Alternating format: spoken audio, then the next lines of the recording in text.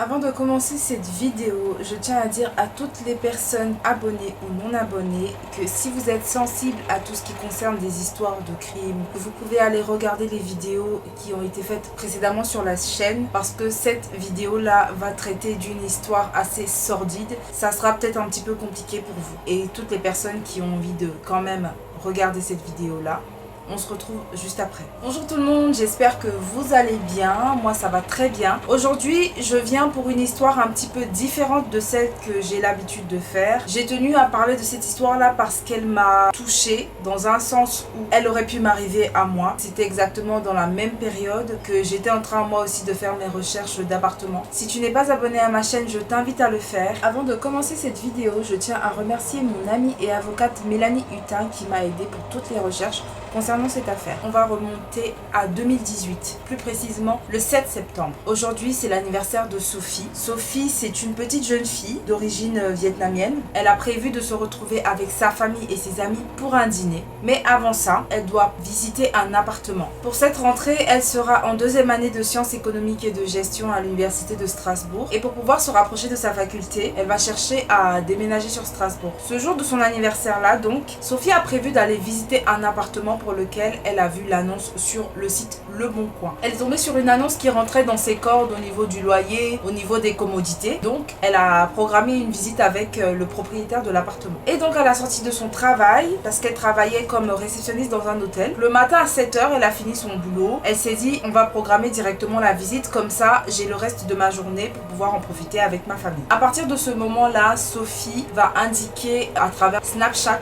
qu'elle se rend au 1 rue Perle, situé à Schiltigheim, au nord de Strasbourg. Elle s'y rend donc, elle attend un petit peu devant le logement et il y a une dame qui lui ouvre. Donc elle va rentrer dans l'appartement et à partir de ce moment-là, à exactement 9h30, on n'a plus de signe de vie de Sophie. On essaie de l'appeler, ça ne répond pas, elle ne dit pas comment les choses se sont déroulées, on n'a plus de signe de vie d'elle. Il faut savoir que son téléphone a borné aux environs de 10h10 dans l'appartement qu'elle était censée visiter. À 14h49, le signal de son téléphone cesse d'émettre et le lendemain, son père va se rendre au commissariat pour signaler la disparition de sa fille la veille. Par les commentaires de sa famille, on sent que Sophie, c'est pas une fille qui est dissipée, c'est une fille qui sait exactement ce qu'elle fait, qui est très sérieuse, qui est très studieuse, qui ne se permettrait pas de disparaître sans donner de raison. Ses amis commencent à la chercher. Je me souviens qu'à cette époque-là, sur le groupe Facebook étudiants de Strasbourg, il y avait eu un message qui disait qu'une personne avait disparu, qu'elle devait aller faire une visite pour un appartement à Schiltigheim, qu'elle avait plus donné signe de vie. Et c'était assez inquiétant parce que c'est la rentrée, donc les étudiants sont en effervescence, en train de chercher un appartement. Tu vois une annonce comme ça, bien évidemment, que tu sois une jeune fille ou un jeune garçon, ça t'alarme. La famille de Sophie va faire un appel à témoins comme je l'ai indiqué sur Facebook et c'est à partir de cet appel à témoins que des personnes vont entrer en contact avec elle, qu'elle aussi avait eu des annonces d'une personne qui avait donné à peu près la même adresse. On va découvrir par la suite que la personne mise en cause dans cette histoire avait des jumelles. Elle se mettait sur son balcon pour observer les jeunes filles qui arrivaient pour les visites, voir si elles étaient accompagnées ou pas. Et en général, elles étaient accompagnées. Ça n'allait pas dans ses plans, ils répondaient plus. Elles étaient obligées de repartir parce qu'elles n'avaient plus de réponse. Au cours des investigations, les enquêteurs ont essayé de remonter à la source des annonces et ils en ont retrouvé exactement 3. Et ces 3 annonces ont été mises en ligne par la même personne, Jean-Marc Reiser. C'est un homme de 58 ans au moment des faits qui est né à Hinwiller dans l'Alsace. Son père était garde forestier et durant son enfance, Jean-Marc était très amoureux de la forêt. Il a toujours été très amoureux de la nature et il connaissait la forêt de son enfance par cœur. Il connaissait tous les recoins et vous verrez que ce détail aura son importance dans l'histoire de Sophie Le Tan. Sa maîtresse d'école a déclaré qu'il faisait partie des petits caïds de l'école. Il avait déjà des fortes tendances à la domination dans les jeux avec ses amis. Il voulait toujours être celui qui était au-dessus, celui qui prenait l'ascendant sur ses petits amis de classe et qu'elle était parfois obligée de le reprendre. Il a étudié à l'Institut régional d'administration entre 1990 et 1991 et il a été aussi cadre au Crous de Strasbourg. En 97, il est arrêté pour un contrôle de police et on retrouve diverses armes dans son coffre, notamment des armes de poing, des cagoules, un fusil à pompe, des stupéfiants, mais aussi et surtout des photos de femmes dénudées et pénétrées sexuellement par des objets. En 1995, il a été mis en cause dans le viol d'une autostoppeuse allemande et jusqu'à ce jour, il clame son innocence. Il a écopé en 2001 de 15 ans de réclusion criminelle pour 2 viols dont un aggravé par la menace d'une arme, une condamnation qui a été confirmée par la cour d'appel en 2003. Il est sorti de prison en 2012.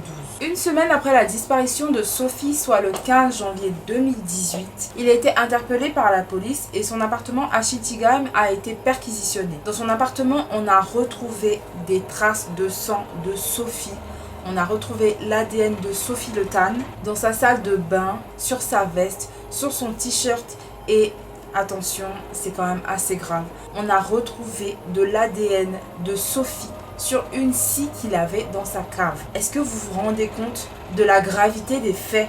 Elle était juste allée visiter un appartement le jour de ses 20 ans et elle est tombée sur un malade. C'est horrible. Mais il y a pire qui vient, je vous préviens. Il faut savoir que l'histoire de Sophie Le Tan, elle est à peu près similaire à celle d'une autre jeune fille qui a eu le malheur de croiser le chemin de Jean-Marc Reiser.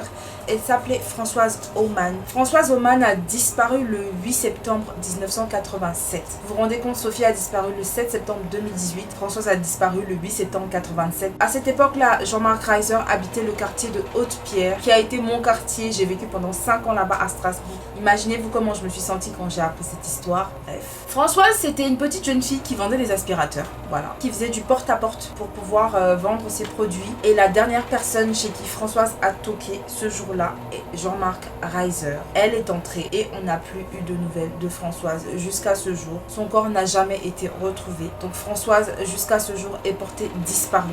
Je pense que la disparition, c'est même plus horrible que le meurtre en fait. Parce que la disparition donne toujours un espoir et on n'a jamais le repos. La famille n'a jamais le repos et c'est ce qui est arrivé à la famille Aumann. J'ai eu l'occasion de faire mon stage chez l'avocate de la famille Aumann à cette époque-là, maître Valérie Gletti. En effet, les similitudes sont particulièrement troublantes. À l'époque, Françoise Aumann avait disparu alors s'était présentée à son appartement en sa qualité de vendeuse d'aspirateurs. C'est le dernier client qu'elle a visité dans cet immeuble et elle a totalement disparu. Le procès était très lourd parce qu'il y avait la souffrance de cette famille qui avait fondamentalement besoin de réponses. Nous n'avions aucun indice matériel susceptible de relier directement Jean-Marc Reiser à mademoiselle Françoise Aumann. À l'époque, en 1987, lors de sa disparition, c'était les balbutiements de la police scientifique et il n'y avait aucune trace ADN, aucune trace de sang, quelque chose que nous aurions pu exploiter contre lui. Et c'est ça qui a créé un doute dans l'esprit des jurés et le doute devant profiter à l'accusé, c'est la raison pour laquelle la cour d'assises l'a acquitté. En faisant des recherches dans l'appartement de Jean-Marc Reiser et sur son ordinateur notamment,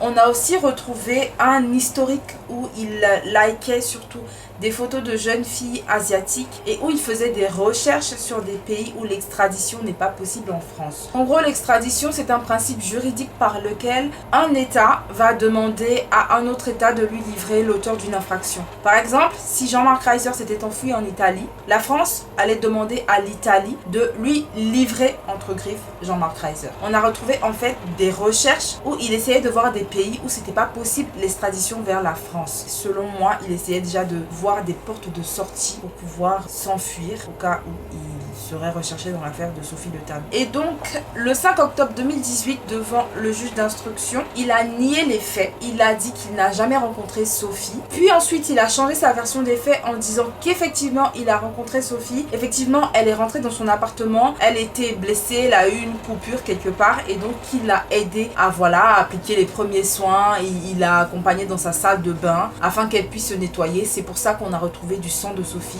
dans sa salle de bain, sans commentaire. Mais il faut savoir qu'avant les aveux de Jean-Marc Reiser, les restes du corps de Sophie Le Tan ont été retrouvés dans la forêt de Rosheim par une gendarme qui n'était pas en service ce jour-là, qui faisait une balade avec sa famille et qui a découvert des ossements, qui a découvert un crâne. Malheureusement, l'ADN des ossements et du crâne a matché avec l'ADN de Sophie. C'est comme ça qu'on a su en fait la fin tragique de cette pauvre jeune fille qui était juste allée visiter un appartement le jour de son anniversaire. C'est vraiment triste en fait parce que Sophie, tout ce qu'elle voulait, c'était juste prendre son indépendance. Elle était à l'aube de sa vie, c'était le début des choses. Elle n'avait que 20 ans. Comme tout étudiant à la rentrée qui recherche un logement, comme moi qui à la même époque recherchait un logement, ça aurait tout aussi bien pu tomber sur moi. Le procès de Jean-Marc Reiser pour le meurtre de Sophie Le Tan a eu lieu tout récemment, au mois de juin 2022. Au début du procès, il faut savoir que Jean-Marc Reiser avait l'air timide. À la lecture des aveux, il a levé les yeux et ensuite il a baissé la tête dans son box. Et à la fin de l'exposé des faits, il a indiqué reconnaître le meurtre, mais que ce n'était pas prémédité. Il a été poursuivi devant la cour d'assises pour assassinat en récidive criminelle. Ce qui fait la différence entre un meurtre et un assassinat, c'est la préméditation dans l'assassinat. C'est-à-dire qu'on peut mettre fin à la vie d'une personne sans pour autant le préméditer.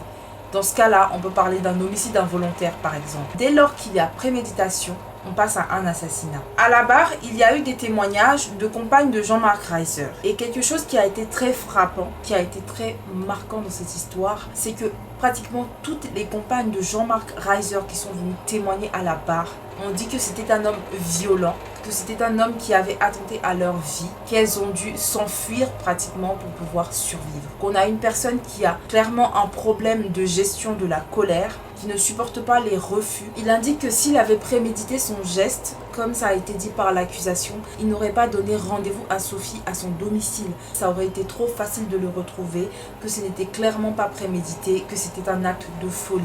Il y a eu une expertise psychologique sur le cas de Jean-Marc Reiser, faite par 2 psychologues. La première a indiqué déjà que Jean-Marc Reiser, ce n'était pas quelqu'un de fou. C'était quelqu'un d'assez calculé, c'était quelqu'un de froid, c'était quelqu'un qui savait exactement ce qu'il faisait, qui n'était pas dans des accès de folie. Ça a été confirmé par la 2e psychologue qui a ajouté par-dessus tout que c'était un pervers narcissique. La décomposition des ossements n'a pas permis en fait de savoir exactement de quoi était morte Sophie. À l'issue du procès, le verdict a été de la réclusion criminelle à perpétuité assortie d'une peine de 22 ans de sûreté pour Jean-Marc Reiser. Pour les personnes qui ne savent pas ce que la période de sûreté signifie, les 22 ans, ça veut dire en gros qu'avant 22 ans, il ne peut pas demander à avoir une libération conditionnelle. Et donc il va rester en prison jusqu'à 22 ans. J'espère qu'il ne prendra pas la peine de faire une demande de libération conditionnelle. Ce serait une insulte pour les familles. Moi personnellement, je suis un petit peu déçue. C'est un personnage pour moi machiavélique.